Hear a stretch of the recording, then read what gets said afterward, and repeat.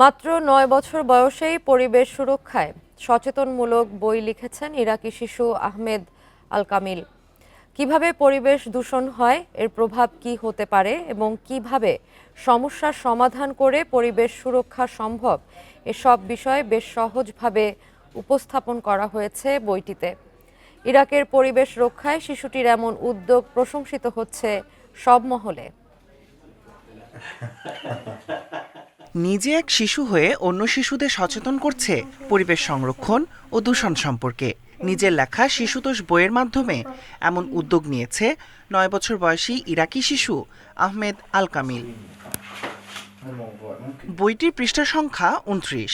সবার বোঝার সুবিধার্থে লেটস হেল্প দ্য আর্থ শিরোনামের বইটি আরবি এবং ইংরেজি উভয় ভাষায় ছাপানো হয়েছে।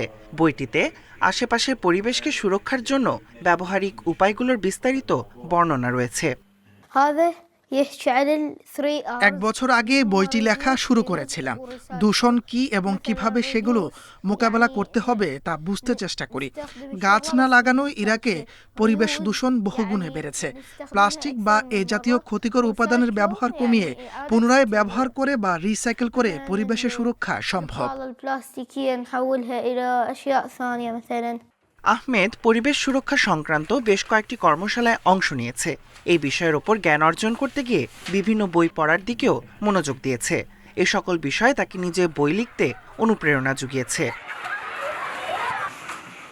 একটি তেল কোম্পানির আর্থিক সাহায্যে আহমেদের বাবা বইটির ১,০০০ কপি ছাপিয়েছেন, যেগুলো আহমেদ তার বন্ধু ও স্কুলের অন্য শিক্ষার্থীদের মধ্যে বিনামূল্যে বিতরণ করছে। আহমেদের বইটি অসাধারণ। এটি পরিবেশ সুরক্ষার কথা বলে। এই বইয়ের বিষয়গুলো শিক্ষার্থীদের উৎসাহিত করবে এবং পরিবেশ সংরক্ষণে অনুপ্রাণিত করবে। আমাদের পরিবেশ সম্পর্কে আরও জ্ঞান অর্জন করা জরুরি। তাপমাত্রা বৃদ্ধি এবং দূষণের কারণে ইরাকে পানির মারাত্মক ঘাটতি তৈরি হয়েছে।